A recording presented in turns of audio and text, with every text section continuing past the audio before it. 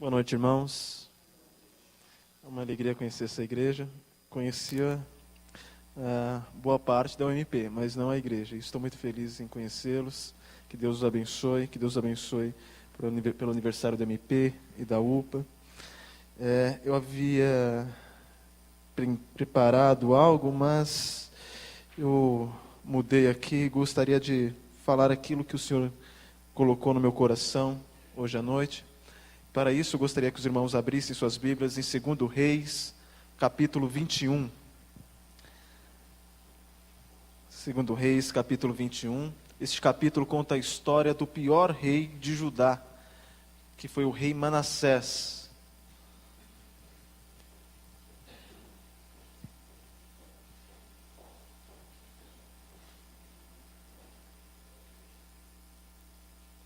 Segundo Reis, capítulo 21. A palavra do Senhor nos diz: tinha Manassés... Vou esperar os demais acharem. Tinha Manassés 12 anos de idade quando começou a reinar, e reinou 55 anos em Jerusalém. Sua mãe chamava-se Efsibá. Fez ele o que era mal perante o Senhor, segundo as abominações dos gentios, que o Senhor expulsara de suas possessões de diante dos filhos de Israel. Pois tornou a edificar os altos que Ezequias, seu pai, havia destruído. E levantou altares a Baal, e fez um poste ídolo, como o que fizera Acabe, rei de Israel, e se prostrou diante de todo o exército dos céus, e o serviu. Edificou altares na casa do Senhor, da qual o Senhor tinha dito: em Jerusalém porei o meu nome. Também edificou altares a todo o exército dos céus, nos 2 átrios da casa do Senhor. E queimou a seu filho como sacrifício.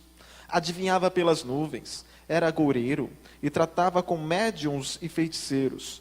Prosseguiu em fazer o que era mal perante o Senhor, para o provocar a ira. Também pôs a imagem de escultura do poste ídolo que tinha feito na casa de que o Senhor dissera a Davi e a Salomão, seu filho: nesta casa em Jerusalém que escolhi de todas as tribos de Israel, porei o meu nome para sempre. E não farei que os pés de Israel andem errantes da terra que dei a seus pais, contanto que a tenham cuidado de fazer segundo tudo o que lhes tenho mandado, e conforme toda a lei que Moisés, meu servo, lhes ordenou. Eles, porém, não ouviram. E Manassés de tal modo os fez errar, que fizeram pior do que as nações que o Senhor tinha destruído de diante dos filhos de Israel.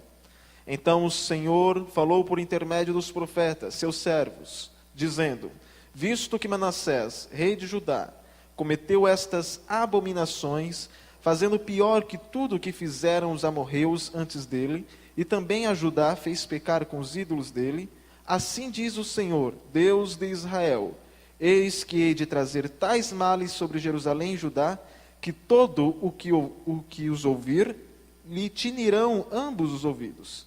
Estenderei sobre Jerusalém o cordel de Samaria e o prumo da casa de Acabe. Eliminarei Jerusalém como quem elimina a sujeira de um prato. Elimina-a e o emborca. Abandonarei o resto da minha herança. Entregá-lo-ei nas mãos de seus inimigos. Servirá de presa e despojo para todos os seus inimigos. Porquanto fizeram o que era mal perante mim e me provocaram a ira, desde o dia em que seus pais saíram do Egito até ao dia de hoje. Além disso, Manassés derramou muitíssimo sangue inocente, até encher Jerusalém de um ao outro extremo, afora o seu pecado com que fez pecar a Judá, praticando o que era mal perante o Senhor. Quanto aos mais atos de Manassés e a tudo quanto fez, e ao seu pecado que cometeu, porventura não estão escritos no livro da história dos reis de Judá? Manassés descansou com seus pais e foi sepultado no jardim da sua própria casa, no jardim de Uzá, e Amon, seu filho, reinou em seu lugar. Oremos. Ó Deus, a tua palavra foi lida, e lhe pedimos agora a iluminação do teu Santo Espírito, para que possamos conhecer as maravilhas da tua lei, para que possamos entender o sentido deste texto para aquela época e para a nossa época, e que não sejamos meros ouvintes da Tua palavra, mas praticantes dela. Ó Deus, que saiamos daqui certos de que não há poço mais fundo que a Tua graça não pode nos resgatar, pois onde abundou o pecado, superabundou a graça. Louvamos-te, ó Deus, por isso. Amém. Certa vez um pastor foi para Bangu 1, presídio no Rio de Janeiro, e ele estava evangelizando algumas pessoas, alguns presidiários, e ele chegou a um lugar em que os criminosos mais terríveis estavam ali presos. E enquanto ele evangelizava, um desses presidiários disse: olha, eu não quero ouvir isso, eu não quero ouvir, porque eu já cometi coisas tão terríveis, já cometi pecados tão terríveis, eu fui tão violento, tão mau, que não há perdão para mim. Eu passei de uma linha em que Jesus não me alcança, em que não há esperança para mim. E este pastor dizia: eu gostaria de falar para você e para todos que estão aqui, que não importa que linha que você tenha ultrapassado, a graça de Deus é poderosa para te resgatar. Não importa, porque o que é impossível para o homem é possível para Deus. E há salvação para o pior dos pecadores. E se tratando de pecadores, com certeza Manassés foi um dos piores de toda a história. Um homem truculento, que quem sabe, até mesmo levando a população em termos proporcionais, a população da Alemanha, ele foi um dos homens à altura de Hitler. Mal como Mao Tse-tung, comunista chinês que matou vários compatriotas. Este homem foi um homem ruim, mau. Geralmente as pessoas dizem que pessoas com esta índole, com estas atitudes truculentas, violentas, são pessoas que foram criadas em lares que fizeram com que elas se tornassem daquele modo. Ou seja, a pessoa foi criada num lar violento, no lar em que os pais o maltratavam, um lar em que os pais não tinham caráter. Então alguns dizem que a pessoa nasce neutra e o ambiente acaba direcionando-a tanto para o bem quanto para o mal. Mas não é isso que as Escrituras nos ensinam. As Escrituras nos ensinam que o pecado está dentro do homem. Tanto adultério, homicídio, roubo saem do coração. Não são os atos pecaminosos que fazem da pessoa pecadora, mas ela tem atos pecaminosos porque ela já é pecadora. Então perceba que Manassés, diferentemente dos psicólogos e de alguns sociólogos, que dizem que é o lar que proporciona, que faz com que a pessoa seja boa ou má, ele foi criado num lar onde ele tinha vários privilégios. O pai dele foi um pai exemplar, o rei Ezequias, um pai piedoso. Este rei fez uma reforma em seu reino, tirou todos os altos que o seu pai havia colocado, tirou todos os ídolos, ele limpou a casa de Deus, fez com que Judá adorasse o Deus verdadeiro. Este homem foi também um bom administrador para o seu povo. Quando cercado por Senecaribe, ele sabendo que Jerusalém estaria presa naquele cerco e que ninguém entraria nem sairia, ele fez com que os vales de onde saía, ou melhor, as fontes de onde saíam águas, porque Jerusalém não há rio, ele tampou aquelas fontes e fez aquedutos para que no cerco Jerusalém fosse abastecida. Há pouco encontraram alguns aquedutos da época de Ezequias, segundo os arqueólogos, mostrando algumas inscrições. Então este rei foi um rei bom, piedoso, que servia a Deus, um bom administrador, fortaleceu Jerusalém militarmente também. Então Manassés tinha um exemplo dentro de casa. Manassés também ele teve muito tempo para se arrepender. Ele reinou 55 anos. Foi o rei que mais reinou em Judá. Além disso, ele teve os profetas de Deus que o alertou quanto ao seu pecado. Ele não pecou sem saber. Ele conhecia a lei de Deus, porque seu pai o ensinara. Ele teve a advertência dos profetas, Mas mesmo assim, ele continuou em um caminho contrário àquilo que ele havia ensinado. E se tornou mal cada dia, cada tempo, cada era mais, e cometendo pecados terríveis. E quais foram esses pecados? Primeiro, versículo 3, ou melhor, o 2 diz: fez ele o que era mal perante o Senhor, segundo as abominações dos gentios. Deus havia dito que eles não poderiam fazer como os gentios, e ele faz. E mais à frente vai dizer que ele fez pior do que os gentios, do que daquelas pessoas que não tinham Deus, que não tinham a lei. Ele tornou a edificar os altos que Ezequias seu pai havia destruído. Ele instituiu o culto a Baal, e instituiu esse culto a Baal dentro do templo. E é interessante que este culto era um culto promíscuo, onde havia promiscuidade, orgias. Em termos práticos, para que nós entendamos, é como se desse uma louca no pastor, ele ficasse louco, e ele fizesse da igreja um lugar de prostíbulo. Fizesse da igreja um prostíbulo, um lugar de prostituição. Então repare que ele institui este culto profano, promíscuo, dentro da casa do Senhor. Edifica altares, versículo 4, na casa do Senhor. Ele também edificou altares a todo o exército dos céus, nos 2 átrios da casa do Senhor. São cultos aos astros, às estrelas, ao sol e à lua. E ele chegou ao ponto, versículo 6, de queimar o seu próprio filho. Aqui se refere à adoração ao deus Moloque, onde a maior expressão de devoção a esse deus era entregar o seu filho a este deus. Então alguns historiadores dizem que Moloque tinha o corpo de homem, a cabeça de bode, e com algumas engrenagens primitivas que eram acionadas pelo puxar de cordas, abria-se uma fresta nos braços, ele estava com os braços fechados, abria-se essa fresta, ateava-se fogo, e ao som de tambores bem ritmados para abafar o grito de desespero das crianças, as crianças eram jogadas. E ele faz isso com o seu próprio filho. Mas ele não matou somente seu filho, matou o filho de outras pessoas também.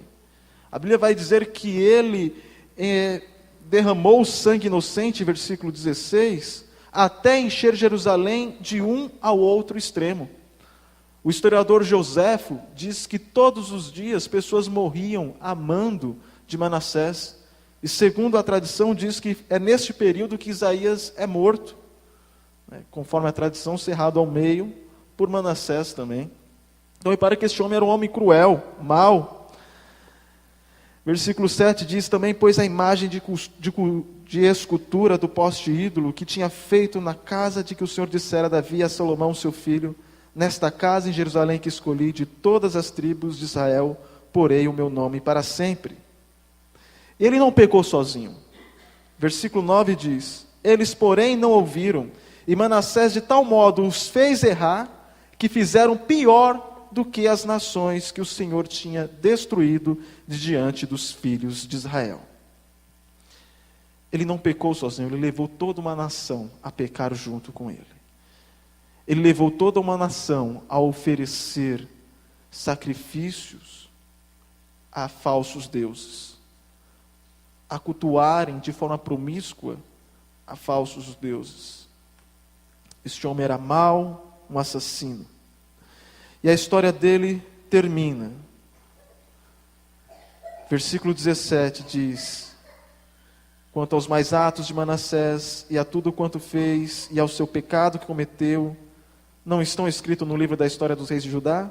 E Manassés descansou com seus pais.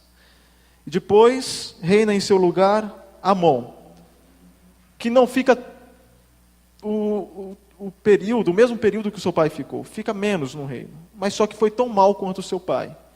E o texto fala da morte de Amon nos seguintes termos: quanto aos mais atos de Amon e todo o que fez, porventura não estão escritos no livro da história dos reis de Judá? Foi ele enterrado na sua sepultura. É interessante os dois termos. Manassés descansa com seus pais, e Amon, seu filho, que era tão mau quanto ele, é enterrado. Bem, a história de Reis termina desse modo. Mas em 2 Crônicas, capítulo 33, do versículo 1 ao versículo 9, nós percebemos que os versículos são semelhantes, são muito iguais. Mas a partir do versículo 9 nós temos algumas informações que nós não encontramos no livro de Reis. Vamos ler?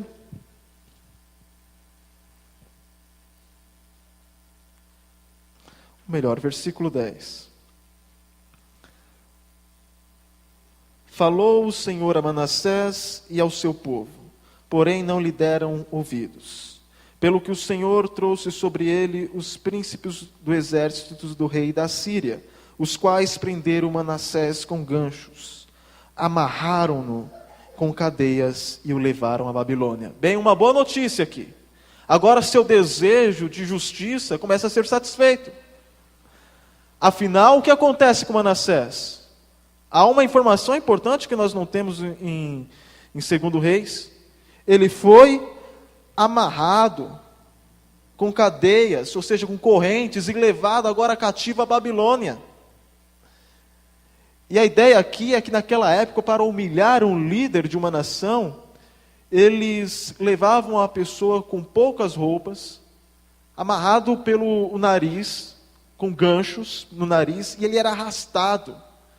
E todos olhavam e diziam: olha, este que é o rei, ele não é autoridade alguma agora, ele foi vencido. Era justamente para humilhar aquele homem. E agora ele está preso. E você diz: que bom, né? Que bom. Pegue a chave do calabouço e jogue fora. Este homem tem que sofrer e muito. Não é assim que nós fazemos quando escutamos aquelas notícias de pessoas que cometem crimes cruéis?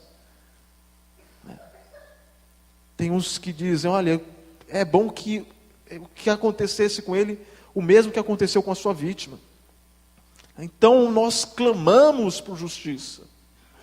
Recentemente eu vi um vídeo, eu sou meio fraco para essas coisas, então não vi até o final, de pegar um ladrão na Bahia, amarraram num poste e deram várias pauladas naquele homem, e ele clamando para parar. Não é? É lógico que a justiça deve ser feita, mas não cabe à população. Existe um governo civil para isso, né? Mas nós clamamos por justiça. E este homem agora, ele é amarrado. E quem sabe agora ele não sofra o tanto que ele deve sofrer.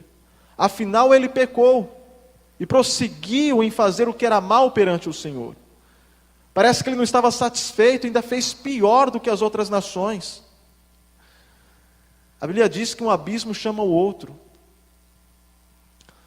Manassés entrou no pecado de tal modo que ele fez pior do que os gentios, aquelas pessoas que não conheciam a Deus. É interessante, eu lembro agora de uma ilustração em que, como os esquimós caçam, eles pegam uma lança bem afiada, molham essa lança no sangue de um animal, fazem aquele picolé de sangue, fincam ela no chão, mais ou menos dessa altura, se escondem, e o lobo faminto começa a sentir o cheiro do sangue. Quando ele percebe aquele picolé, ele começa a lamber. E conforme ele vai lambendo, a língua dele vai adormecendo. E o gelo vai se derretendo. A sua língua começa agora a passar na lança. E o gosto do sangue que ele sente não é daquele picolé, é o seu próprio sangue. Quando ele se dá conta do que está acontecendo, os esquimós o cercam e ele já está fraco e não tem para onde correr. Assim é o pecado. Ele vai te levar mais longe do que você quer ir.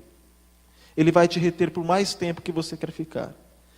E ele vai lhe custar um preço muito alto do que você gostaria de pagar. Ele promete satisfação, mas não dá. Na verdade, elimina suas forças. E Manassés pecou e agora ele foi castigado. Mas nos versículos seguintes, versículo 11, nós vemos uma nova informação. Melhor, versículo 12.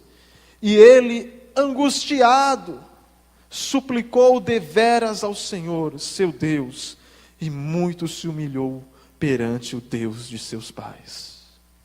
Você diz: é fácil. Esse homem está sendo hipócrita. Agora que ele não está com aquela pompa, com aquele poder, ele está dando uma de crente, para ver se sai dessa situação.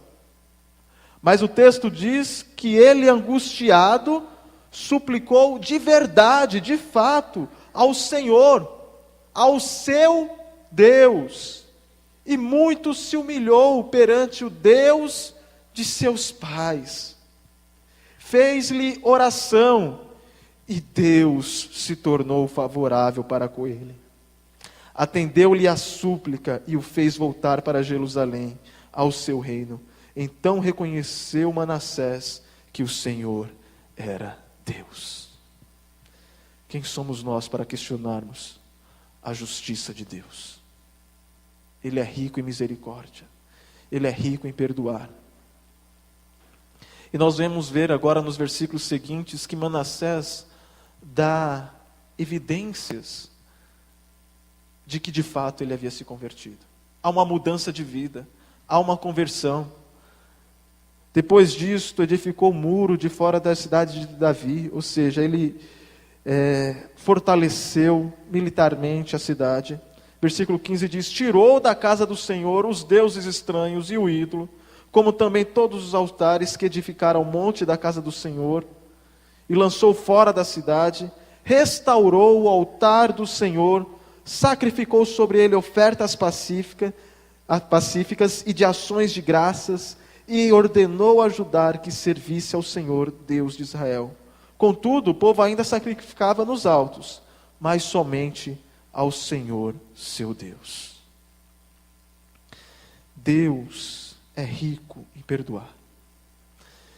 E uma das perguntas que caberia agora é: por que, segundo Reis, não contém esta informação? Bem, eu não sei lhe explicar porque não tem lá. Mas eu tenho uma ideia porque está em 2 Crônicas. 2 Crônicas, ele tem muita coisa semelhante com 2 Reis. A diferença é a data em que esses livros foram escritos. Primeiro e 2 Reis foi escrito antes do exílio. Antes do povo ser levado para a Babilônia e ficar 70 anos. Crônicas foi escrito depois do exílio. E a mensagem que o autor está passando para o povo de Israel, para o povo da aliança é: vocês são Manassés. Vocês pecaram. Vocês fizeram pior do que as outras nações. Vocês foram chamados para serem luz dos gentios, mas vocês fizeram o contrário. E vocês foram levados para o cativeiro, assim como Manassés. Mas agora vocês voltaram. E se vocês se arrependerem, Deus é misericordioso para os salvar. Deus é misericordioso para os restaurar. E esta é a mensagem para a igreja. Não importa o que você fez. Aqueles atos que você não confessou para o amigo mais íntimo, para o seu pai, para a sua mãe, não importa. Deus está de braços abertos. Ele diz: volta. Volta. E você fala: mas por quê? Por que é possível este perdão? Porque Cristo Jesus morreu por você. E Ele morreu em seu lugar. O seu sacrifício não foi para possibilitar a sua salvação, mas foi para garanti-la. O Pai te escolheu na eternidade, e no tempo o Filho morreu por você.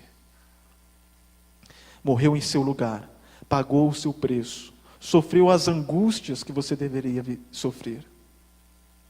O inferno subiu na cruz, e ele sentiu todas as angústias, a separação do Pai, as dores físicas, espirituais, que era para eu e você sentir. Ele pagou o preço, ele sofreu em seu lugar. O castigo que nos traz a paz estava sobre ele. Porque Deus nos perdoa, não é porque Ele simplesmente fecha os olhos para os nossos pecados. É porque os nossos pecados foram pagos, não por ouro, não por prata, mas pelo sangue precioso de Cristo Jesus. nós não devemos mais nada, não porque nós tivéssemos essa capacidade de pagar a Deus, mas porque Cristo pagou. Ele era verdadeiramente homem para nos representar na cruz. Ele era verdadeiramente Deus, porque somente Deus poderia pagar, poderia cumprir com a sua própria exigência. Não importa o que você fez, Deus diz: volta, pois onde abundou o pecado, superabundou a graça. E não há poço mais fundo que a graça de Deus não seja mais profunda ainda para salvar. Vamos orar. Senhor, muitas das vezes temos cometido pecados que nós mesmos duvidávamos que poderíamos cometer. Muitas das vezes temos andado por caminhos tortuosos. Como Manassés, ó Pai, temos adorado outros deuses, deuses estes que nos são apresentados pela mídia. Temos nos voltado ao consumismo em busca de satisfação. Temos voltado para o entretenimento, para os prazeres que o mundo nos oferece. Temos erigido altares a outros deuses, a deuses estranhos em nossos corações, ó Pai. E nos esquecemos que somente o Senhor pode nos dar satisfação. Que no nosso coração é o Senhor que deve reinar. Muitas das vezes, ó Pai, assim como Manassés, temos negligenciado a nossa família, como aquele homem matou seu filho, nós temos negligenciado os nossos entes queridos. Perdoe-nos, ó Pai, quanto a isso. Temos também, ó Pai, muitos de nós têm agido de forma promíscua em seus pensamentos ou atos. Ó Pai, sabemos que o Senhor não se agrada disso. E lhe pedimos agora, ó Pai, que o Senhor trabalhe em nossos corações, para que nos arrependamos verdadeiramente.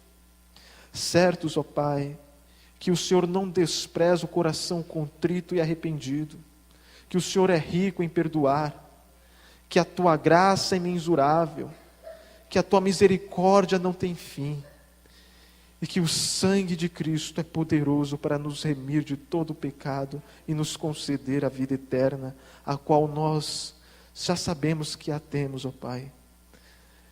Todos aqueles que de fato creram em Ti, em que se arrependeram dos seus pecados, já têm esta bendita salvação. E ó Deus, que hoje nós nos voltemos a Ti, com o coração contrito e arrependido, certos de que há esperança, que não há linha que o ser humano pode ultrapassar aonde não haja perdão. Obrigado, ó Pai, pois a despeito de nossa pecaminosidade, o Senhor não nos consome, antes o Senhor age de forma graciosa e misericordiosamente. É no nome de Jesus que nós oramos. Amém.